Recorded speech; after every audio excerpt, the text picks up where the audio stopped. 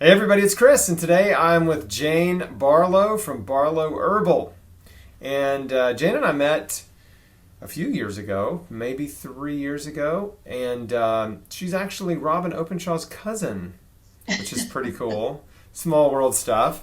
And she and I met at a health and wellness event, and got to chatting, and I just thought she was fascinating, and she has so much knowledge about herbs. And herbs can be powerful. A powerful addition to your healing arsenal. But I didn't, I didn't know much about herbs. And when I was trying to get well, and I did take a lot of stuff, but I really didn't know what I was taking or what I was doing. I was just, flying by the seat of my pants. So I'm excited to have Jane on to talk about herbs and just educate you and me. Because there's one in particular that I'm really geeking out on lately that she turned me on to. So we'll get to that. So hi, Jane. Welcome. Hi, Chris. Thank you. Yeah, it's exciting to be on your podcast because I know your tribe is very like-minded, and I can geek out on this whole thing with herbs and natural healing. And so, yeah, I'm excited to have a conversation with you. Let's do it. So can we start with your story and your dad's story? Because your dad has sort of a legendary story, right?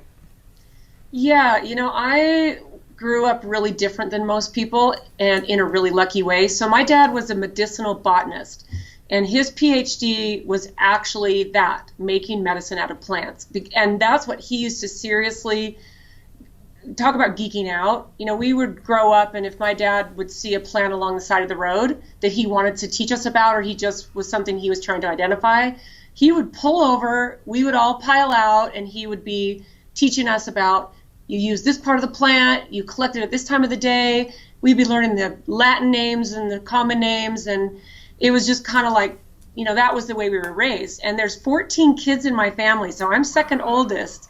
Yeah. That's amazing. So we grew up in this kind of big, crazy family. I grew up in the 60s and 70s.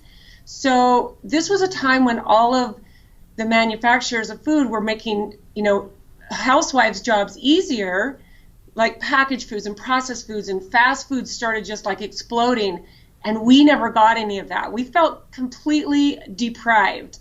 Like, how come we can't go to McDonald's, or can we go to the restaurant, or we want Wonder Bread instead of this horrible homemade wheat bread my mom used to make. And we had big gardens, and we thought we were really, really put upon because we didn't get all these great hamburger helpers and whatever that was. So as adults now, in fact, most of us are in our 50s, and we realize pretty quickly when we grew up what a gift we got. So, growing up with a dad that loved everything plant, it was like kind of super hippie-ish, and we were totally embarrassed by my dad and his hippie friends and plants everywhere, and it was just kind of crazy because we didn't go to the doctor very much. We used to get comfrey out of the garden and put it on. We'd get a bone set if we broke a bone. We'd go to the doctor for that. But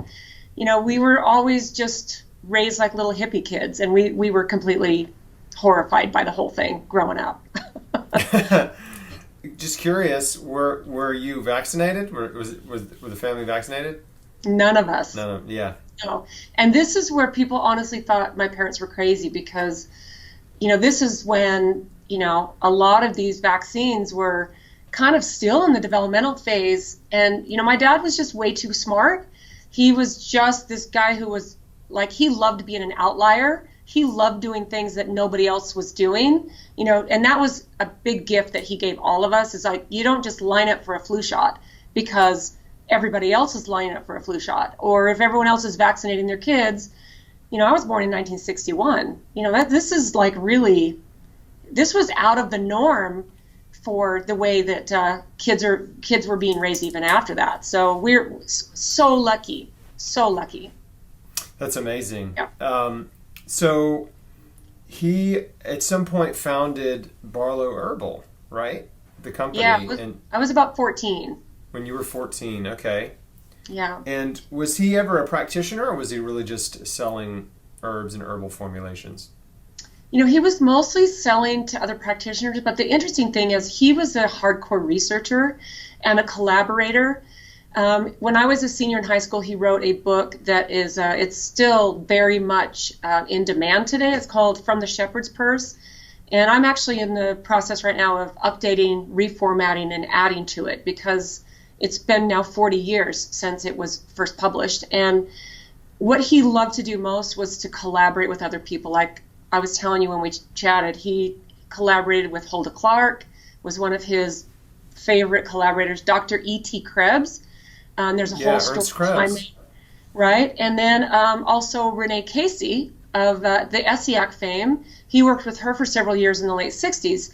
And so we would, as kids, we used to take turns going on business trips with my dad. And like I got to meet E.T. Krebs when I was about 16. And I was not impressed at the time. It was like not a big deal. And yeah.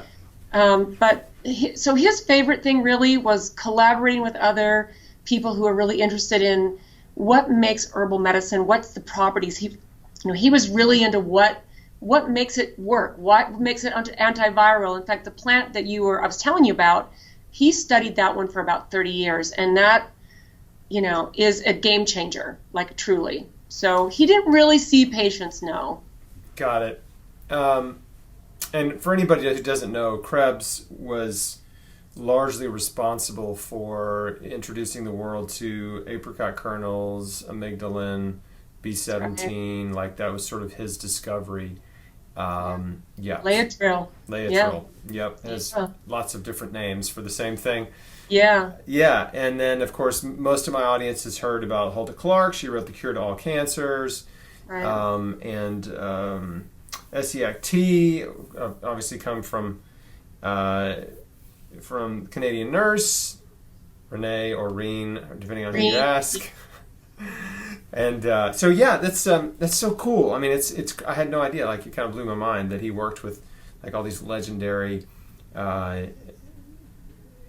healers, basically. Yeah. It was a pretty amazing childhood, but was really normal. Like a normal sometimes dinner for us would be a couple of my dad's chiropractor friends would be over, and as little kids we'd all be getting chiropractic adjustments or acupuncture or iridology, or we'd be getting our hair read, like you'd take the hair and you'd read, it's just seriously granola. Mm-hmm. I love it. Yeah. Okay, so let's talk about some specific herbs, like some of your favorite herbs, and maybe some that people haven't heard of, and whatever you want to say. It's going to be good, I know. Yeah, so sadly, my dad passed away very young. He died 21 years ago. He was only 62, and that is a whole other story. But what happened is he was really kind of a rebel, and he kind of ran his business underground a little bit.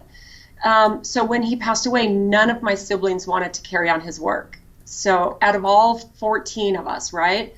So I restarted his company about 17 years ago. So now I've been going for a really long time. I've been able to collaborate with a lot of other practitioners. And I'm not a practitioner, but I've been able to get this amazing feedback. So if I were to say, I have a kind of a list of my favorite anti-cancer herbs, because I know your tribe is really, that's their goal, is not just cancer healing, but cancer prevention. Because to me, that's where it's at. It's easier to prevent than it is to cure. Absolutely, and also just the candida parasite viral connection too, which is it kind of appeals to even more people. Yeah, exactly. So if people are familiar with ESSIAC tea, so when my dad worked with Reen Case or Renee Casey, however you want to say her name, he worked very closely with not only the herbs that are the 4 traditional herbs that are in ESSIAC, but he made a really concentrated tincture. That's what he was really well known for, was his ability to take plants and put them into a concentrated tincture. In fact, a lot of people might not realize a tincture and an extract are very different. A tincture is 100% alcohol, whether that's grain or cane or grape or whatever it is. And an extract is a combination of alcohol, water, glycerin, something like that. So what he really loved to do was to put herbs and herbal formulations into tincture form, because then you've got a really hardcore power. You can always add it to water and make it, dilute it a little bit if you need to. So to the traditional 4 herbs that are in Essiac, he added 2 powerful anti-cancer herbs, which are bloodroot and watercress. So we make a tincture that was one of my dad's original formulas that we call Essiac 20, because it has the addition of those 2 herbs. And that is honestly one of my favorite. I go through around twice a year just for prevention and blood cleansing, and you just don't know what's going on inside of you. So like I said, prevention. So that's probably one of my favorite things to talk about, because people, especially if you're familiar with Essiac, it is a powerful blend of herbs. And the thing is what people might not realize is sometimes herbs need other herbs to complement each other and to give it the power. So you can do singles, which are good too, and sometimes necessary on their own. But when you start to blend herbs and all their constituents and what makes them complement, then you've got some real power. So that's probably one of my very favorites. I love things like Pata Arco and Cat's Claw, Feverfew. So Feverfew is really well known for headaches and migraines. But what's really cool about Feverfew is it contains an alkaloid called parthenolide. And when you extract it just right in a tincture form, it actually stimulates adult stem cells, which, when you're healing from things like cancer and you're maybe doing some fasting and putting your body in autophagy, you take tincture like a Feverfew, then you've just given your body a power punch to even get those stem cells working for you even more. So that's a very short list, because almost every herb has cancer-fighting properties. Yeah, and you're right. There is this synergy when they're combined. Like Essiac is what sheep sorrel, burdock root, slippery elm bark, and turkey rhubarb. Oh, chaparral. Chaparral. Yeah. So that's a chaparral. No, that's is it? Oh, is it? Let's see. So turkey rhubarb, slippery elm, sheep sorrel, and fourth one. Hold on, I got it right here. I can't remember either. It's on the tip of my tongue. That's so funny. You think, right? Hold on, I'll tell you. Sheep sorrel, turkey rhubarb, slippery elm, and burdock. Burdock. Yes, there it is. Burdock root. Yeah. Cool. And then, so do you also sell a paste, bloodroot paste? I do, black salve. But most people don't know we have it, because you have to really use knowledge and wisdom and intuition, and you can't just haphazardly slap this stuff anywhere you think there's a problem. In fact, I always suggest, I make it, and I make it for my family members and close friends. It's my dad's original recipe. It's got bloodroot. It's in a whole wheat base. It's got zinc chloride, and then we use frankincense and myrrh essential oils. And I've used it several times on myself over the years. I used it on a couple of family members with great success. I actually had one of my dad's brothers come to me a few years ago. He had some cancer on his ear, and he was just he was crazy with it, but he actually lost a chunk of his ear. Wow. So, but he didn't care, because the cancer was gone, and he was in his 70s, and he was just like, I really don't care. I'm not going to go through all that crap that the doctors put me through. And so yes, I'm very familiar with the cancer paste, black salve. Yeah. Yeah, you do have to be very careful with it, and be working with a practitioner if you're going to use it, because especially on your face. Oh, and I would never use it on my face first. In fact, the Essiac tincture, I've seen it used topically on several things, and especially on a face. That's the best place to start, and it does. I've seen crazy, miraculous things. So that's really cool. Now, what's the value of the alcohol in a tincture? What do you mean the value? I mean, so why is that better than an extract? Oh, it's not that it's better. It's just different. It's just to say there is a difference between a tincture and an extract. So some herbs actually need to have water or glycerin as the agent that actually extracts the properties. We don't make any of those. My dad really loved and used herbs that really just needed the alcohol. So the alcohol extracts it out. It acts as a preservative, and it also acts as a carrying agent. So when you take a very concentrated tincture, it goes right to the bloodstream, because alcohol goes right to your bloodstream. So even if you dilute it in a little bit of water, it still is going to go very quickly and absorb quickly into your tissues. Nothing has to digest or break down or assimilate. Your body just goes, yep. So, yeah, it's not that it's good or bad, it's just different. Got it. So, what other herbs shall we talk about? Well, I love adaptogens because I think some cancers can be exacerbated or even come on because of stress. And I think as modern humans, we have these stressors come at us that our body thinks we're running from a tiger, when really we're just stuck in traffic and we're pissed off, or maybe we got fired, or maybe we're just a busy mom, and we have these stresses that are unique to modern humans. And adaptogenic herbs help to balance body chemistry, they support your adrenals, and they help your body realize that you're not running from a tiger. You're simply living as a modern human with modern stressors. So I love adaptogens like ashwagandha, rhodiola, maca root, suma root, the cordyceps mushrooms and reishi mushrooms. Those are all things for people to look into. Holy basil. I love holy basil. Tulsi, right. So things like that to help bring your stress into control, because I think a lot of cancers can be exacerbated by stress. Absolutely. Yeah, it's the root cause. It's not talked about it enough. I talk about it all the time, though. Agreed. Not only because stress directly triggers the production of adrenaline and cortisol, and those hormones promote inflammation, but they also suppress your immune system while they're elevated and circulating. And so if you're in a state of chronic stress, then you're also in a state of chronic inflammation and immunosuppression. Exactly. So that's not good. And over time, your body can become a place where cancer can thrive if it is in this chronic state of stress. The other thing is, that's sort of the direct connection. The indirect connection is when you're stressed, you tend to self-medicate. And when you self-medicate, it's usually unhealthy diet and lifestyle choices, cigarettes, alcohol, junk food, right?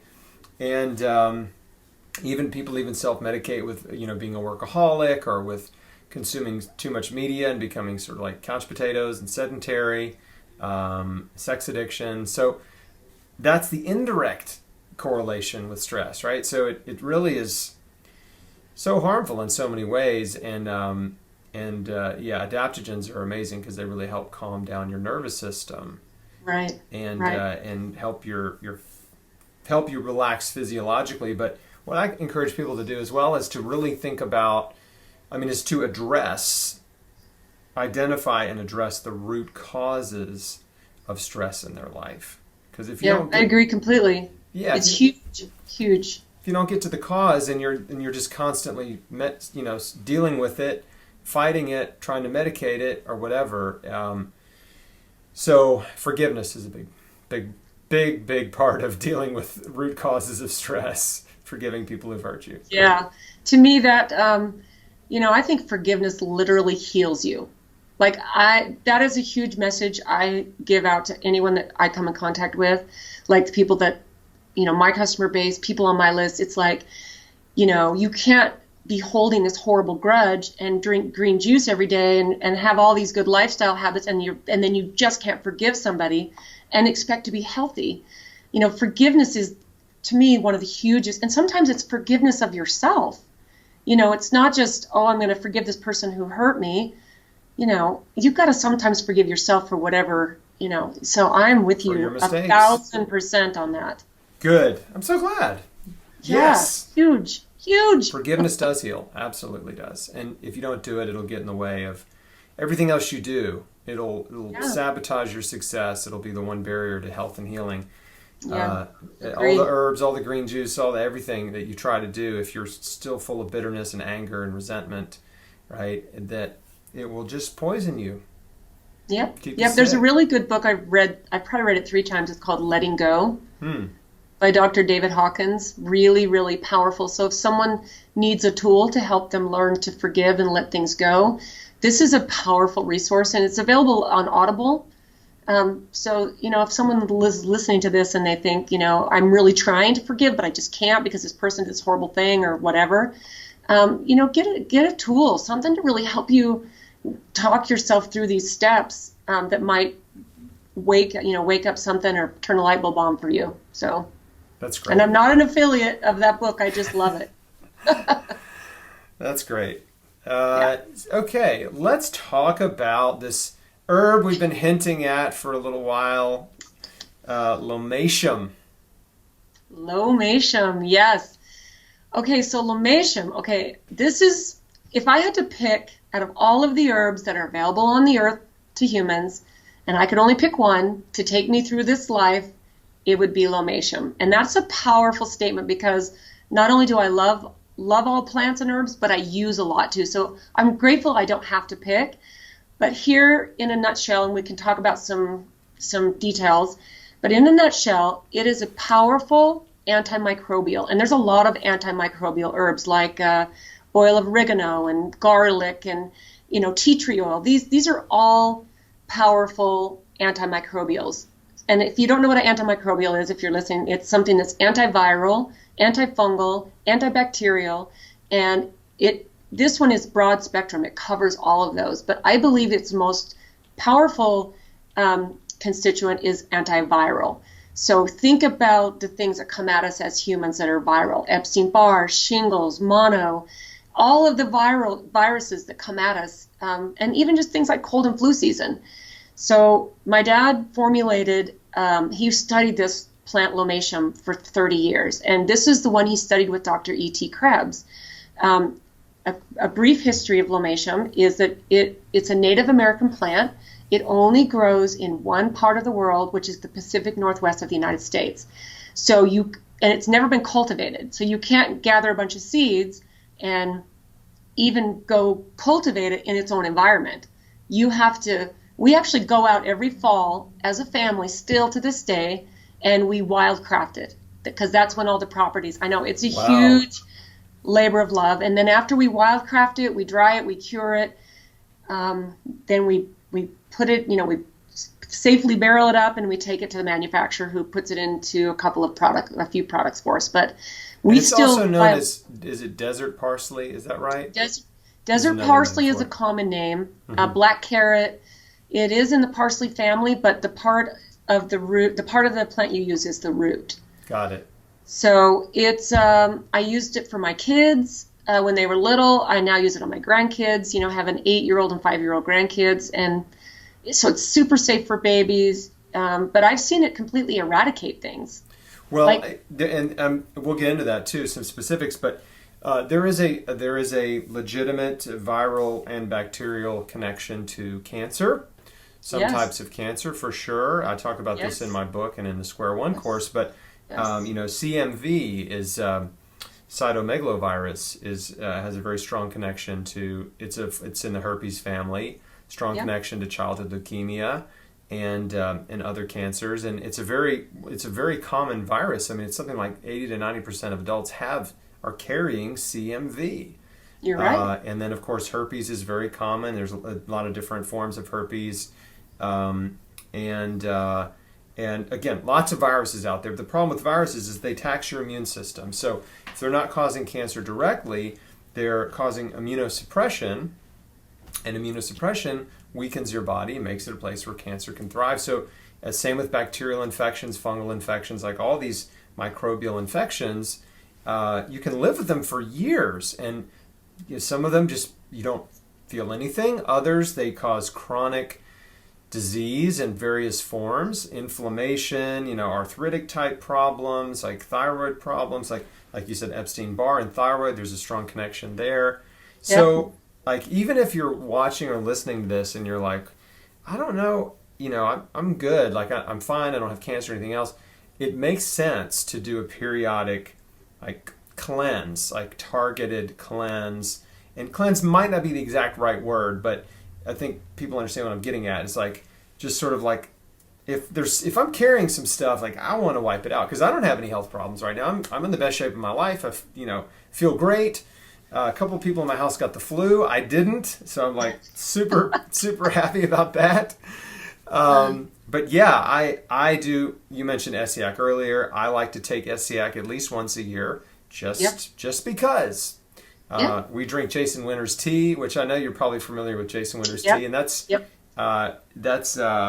chaparral, red clover, gotu kola, and I think it's got astragalus in it.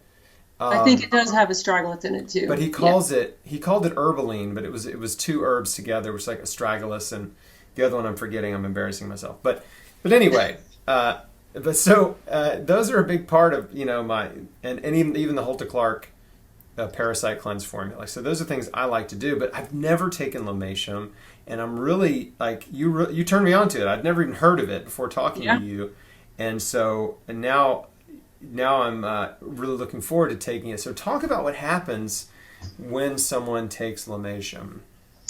Okay, this is a good chunk of what I spend my time doing is educating people, because it's a very powerful antiviral, antifungal. In fact, it's so powerful that there's a percentage of the people that take it for the first time that will get a full body one-time detox rash. And because we've been making a tincture of this and even a capsule form of it, because you can still get the rash from the capsule form, we've been making these products for 45 years. So we've seen thousands.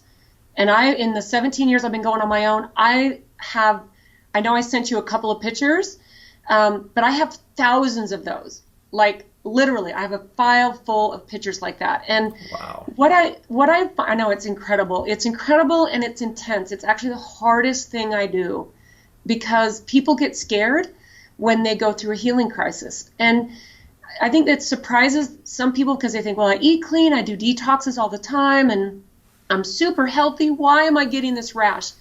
So this is what I believe is happening. So what happens is when some people, about 10% of the population I found, and it was less when my dad was alive. I think we're a lot more of a toxic society than we ever used to be. Yep. So when my dad was alive, it was about 3%. What he found before he passed away, he figured about 3% of the population got the rash. Now it's about 10%, if not a little bit more than that.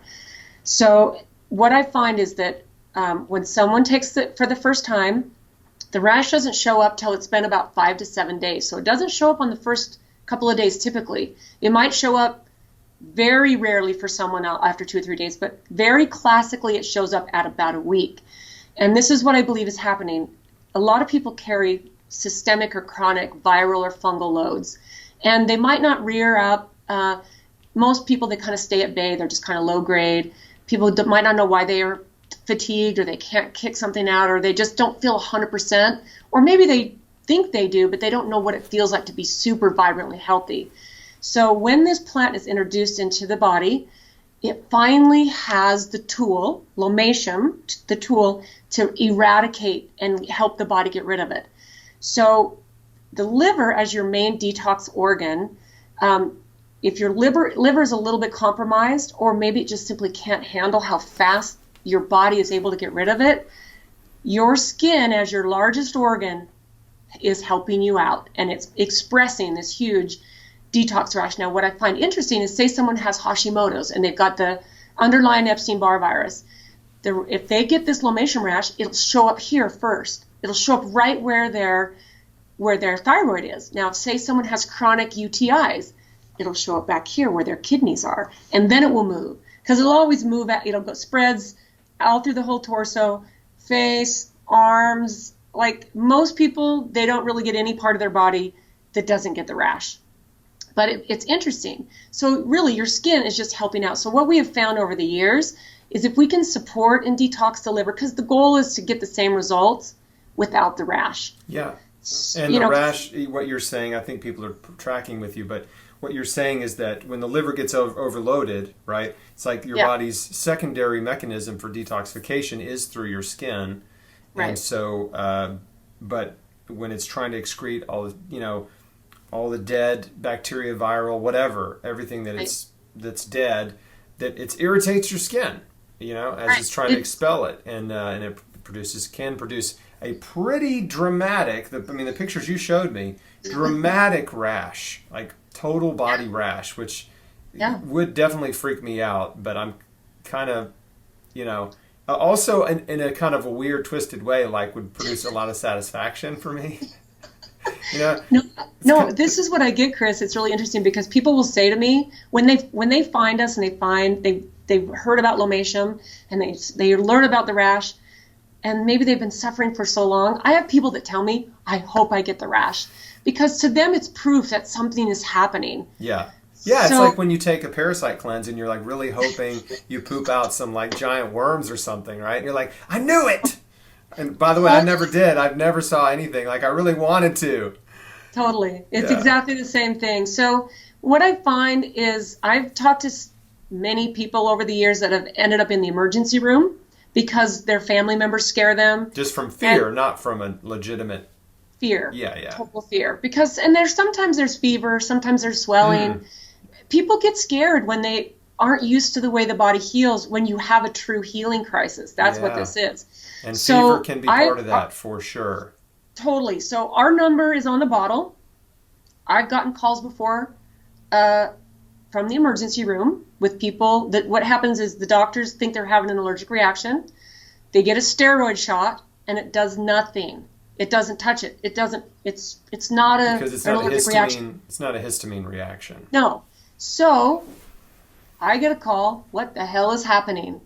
So I've educated more than one emergency room full of doctors, and it's uncomfortable, but I talk them through, like, this is what the person's seeing, this is what they're experiencing, this is what you've noticed or whatever, and it can be very intense for the stuff I deal with. So and I know you sell you have like a liver support product and a sort of a pre-detoxification herbal formula that I'm going to take.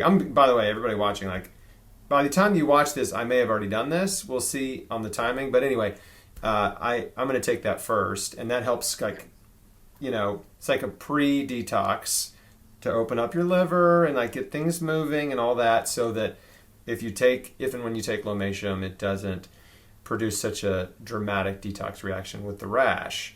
So, but how long does the rash, if it manifests, how long does it usually last? Well, it can vary. It can be anywhere from 3 days to 10 to 14 days. And if someone does have a rash that lasts a couple weeks, there will be a few days in the beginning of it where it's at its worst.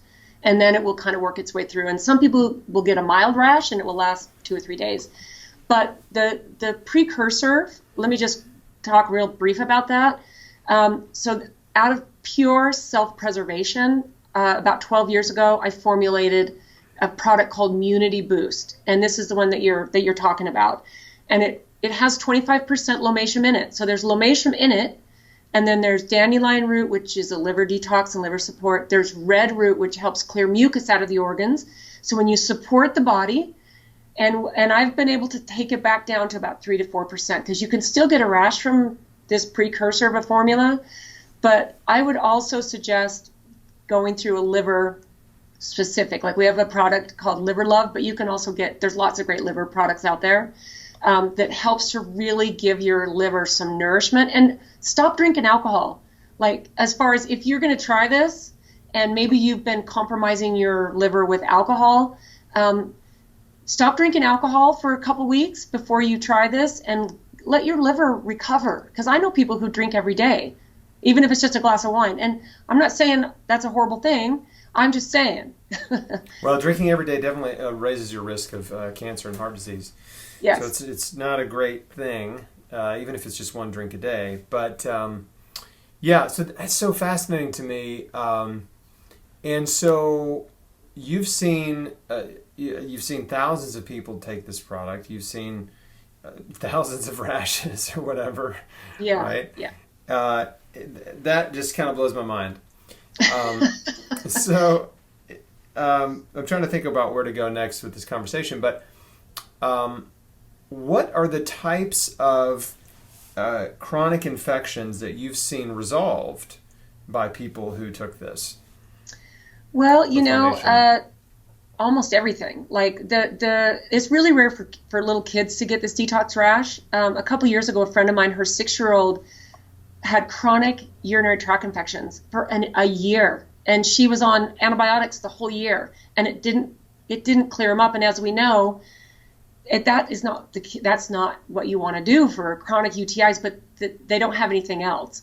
So here's her 6-year-old daughter suffering. Like, UTIs are painful. So sometimes I'm surprised it takes friends of mine so long to come to me, like, did you forget what I do? And that's okay. I don't push whatever. But this little 6-year-old broke out in a really, like, full body, really intense rash. That was, normally we don't see those intense of rashes on little kids, but she'd been suffering with this chronic UTI for a year. And it only took a couple days for her to clear up, but now this has been 2 or 3 years and she's not had one UTI. So chronic infections, UTIs, shingles, this is a game changer for people with shingles. Any type of infection, like I've told you a story about my husband. With his herpes virus, He had herpes for 20 years, right? Yeah. 20 years. And we got married kind of later in life. We've been married more than 20 years now, but we got married when he'd already had it for 20 years. And he grew up with a dad who taught physics. So everything had to be scientifically proven. And he was very much medical, traditional medicine, modern medicine. And of course, here I am, hippie girl, give me a plant first before anything. And it took me a long time, even after we got married, to convince him to try it. He would take his little prescription to knock down a cold sore. And finally, he was getting ready to go on a business trip one day. And he's like, broke out started to feel a cold sore come on. And he didn't have any of his prescription. And he's like, okay, where is that stuff, So he took it. Now, he didn't get a rash. He was one of the people, like I said, most people don't. He didn't get it. And it knocked his cold sore down. And he said, okay, now what do I do? So he took it every day for 18 months. And that's, I find anywhere from 3 months to 18 months for really chronic, long-standing systemic issues. So it's not a super quick fix. You can't go, I'm going to take it for 2 weeks and it's going to be gone. But then after that, he went in for just his normal checkup. And the doctor who had been prescribing his prescription said to him, so what's going on with your herpes? And he said, oh, well, I don't have breakouts anymore. I'm taking this herb my wife does. So they did a test on him and he tested negative. And the doctor actually said, well, maybe you never had it.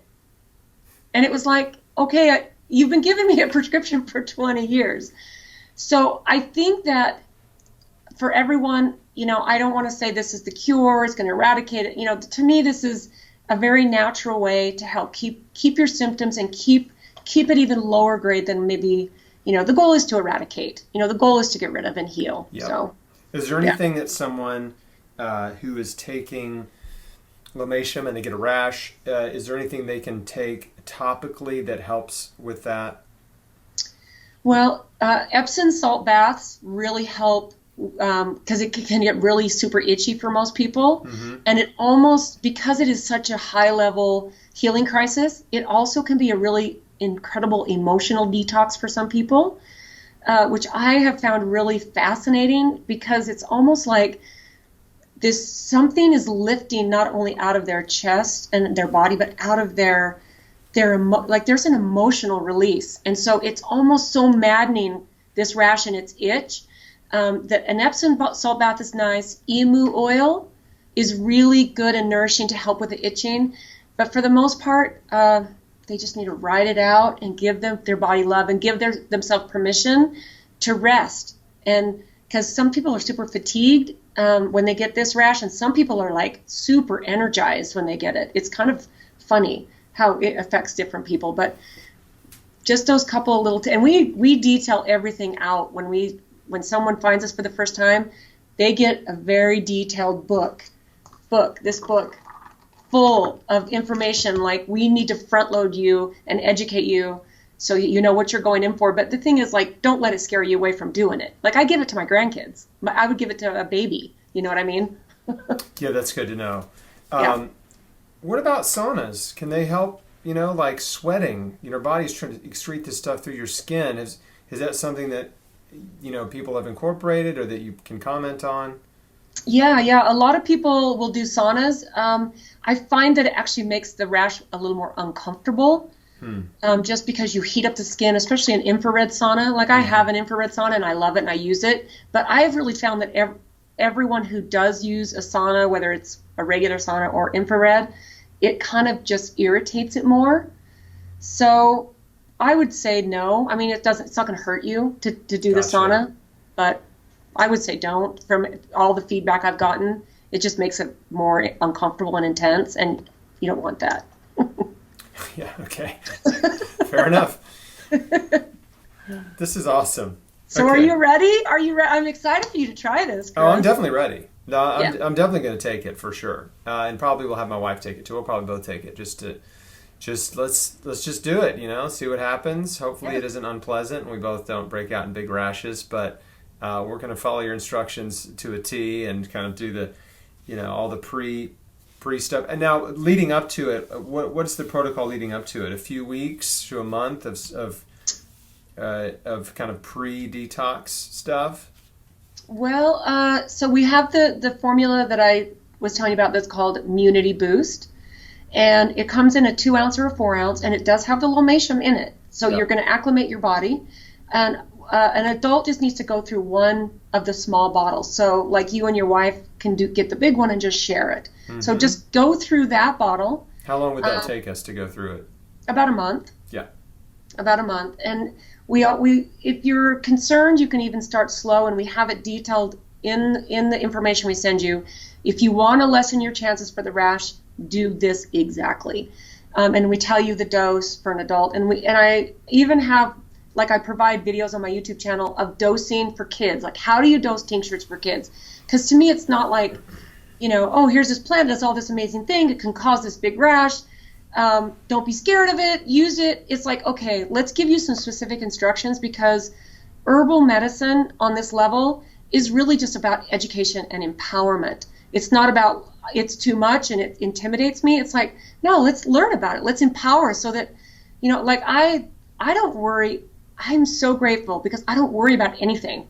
I don't worry about cancer. I don't worry about any viruses or funguses. If another epidemic swept around the world, in fact, here's a cool thing about Meishan.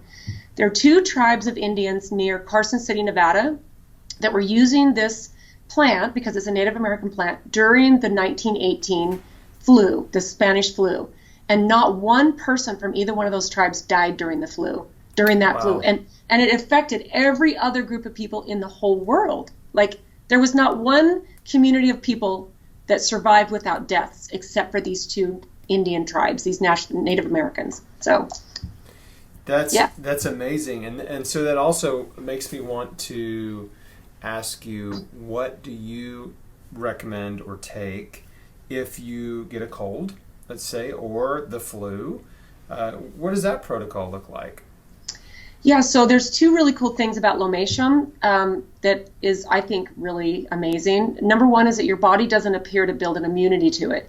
So what I do during cold and flu season, especially when I'm around a lot of people or I'm super stressed, like if I have a lot of stuff going on and I know that I'm feeling kind of fatigued or run down, I just take a preventative dose every day. And that's about 25 drops. If you squeeze up a dropper about halfway, that's about 25 drops. So you can do a preventative dose, or if I ever get on an airplane.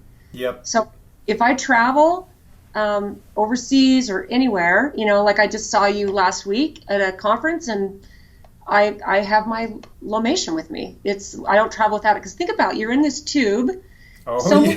Someone is sick, they cough. In fact, on this last trip, on my way home, there was a person behind me who was so sick, and everybody just kept giving him dirty looks because he was coughing and sneezing. I was just like, I wanted to go, I have my weapon. But people who follow me closely know this. You don't. I wear a mask on airplanes. Oh, always. There you go. Yeah, always. Right? I'm the weirdo in the mask. And I don't think you're a weirdo. It's black too, so it looks kind of scary. You're a ninja. Oh, I know. I would show it off, but it's actually downstairs. I would put it on, but I wear a mask when I travel, because you're in this tube with 100 other people or whatever, and they're sneezing and coughing. It has nowhere to go. It's just coming up the aisle, and a lot of viruses are airborne pathogens. Right? Hand washing is super critical. Right? Wash your hands. Don't eat food with your hands if they're not clean. But then also, you can breathe that stuff right in. and you're in trouble. And so, that conference we were at, a bunch of people have gotten sick afterwards because, I don't know, I did not. The guy that I traveled with and who I shared a room with got sick. After he got home, like the next day or whatever. And he was telling me like, yeah, man, like several other people that I know that went are like, they're sick now. And I was like, not me, bro. But I was hitting the vitamin C really hard. Yeah. I was taking about 8 grams a day of vitamin C while I was there. And then I was also taking mushrooms from Host Defense. I know probably know Host Defense.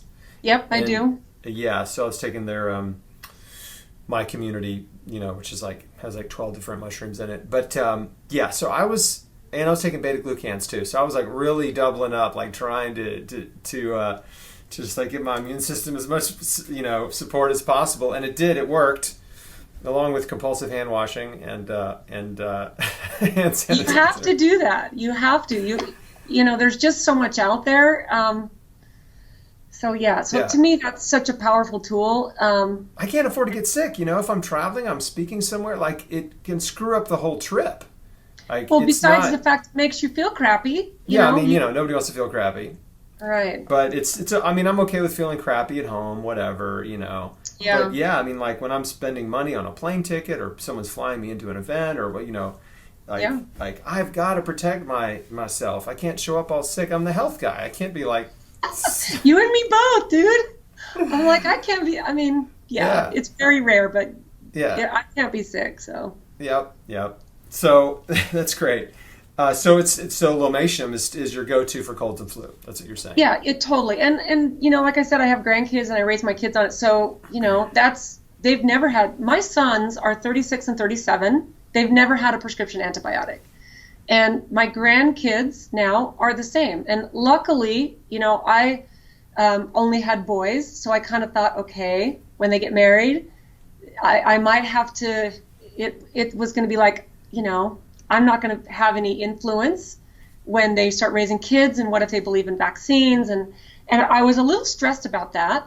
But the coolest thing happened. So when my oldest son started dating a girl, was amazing, and so I hired her to work for me before they even got married. You are very smart. It didn't happen on purpose. I didn't know they were going to get married, and I hoped because I loved her so much. But she worked for me probably 5 years before they got married, and her mother raised her in the medical industry. Only because that's how most people do. It's normal. And normal so stuff. she would listen to the phones, and she'd learn about the products, and she's exactly how I would raise my kids. So my grandkids have not been vaccinated. They use herbs and essential oils, and I am just like so grateful. So, this is and my other son who's single. If he decides to get married, I might just have to hire her too. Clearly that strategy worked. So yeah, that's super smart. Yeah. Well, Jane, thank you so much for your time. This has been really awesome. You're amazing. You're just a wealth of knowledge. I value your time so much, and I want to be respectful of it. So. Thanks again, everybody, for watching. You can find Jane and connect with her at Barlow Herbal. Again, they have all this information and resources if you're interested in doing a parasite, virus, bacteria, or let me just say antimicrobial cleanse. Is that the best word for it? Is that the word you use? Yeah, totally. Yeah. And which I will be doing. And again, by the time this comes out, I might have results of my own that I'll post in the show notes below that. So we'll see on timing and everything how that works out. Eventually, it'll be in the show notes if you see this before I do this. Either way, it'll be there eventually. Anyway, but thanks again for watching, everybody. Please like and share this. People in your life need to know that there are amazing natural, non-toxic solutions and protocols and therapies that can be incredibly helpful to reverse chronic disease. So let's just keep spreading the good word. Thank you, Jane. Thanks, Chris. You're awesome.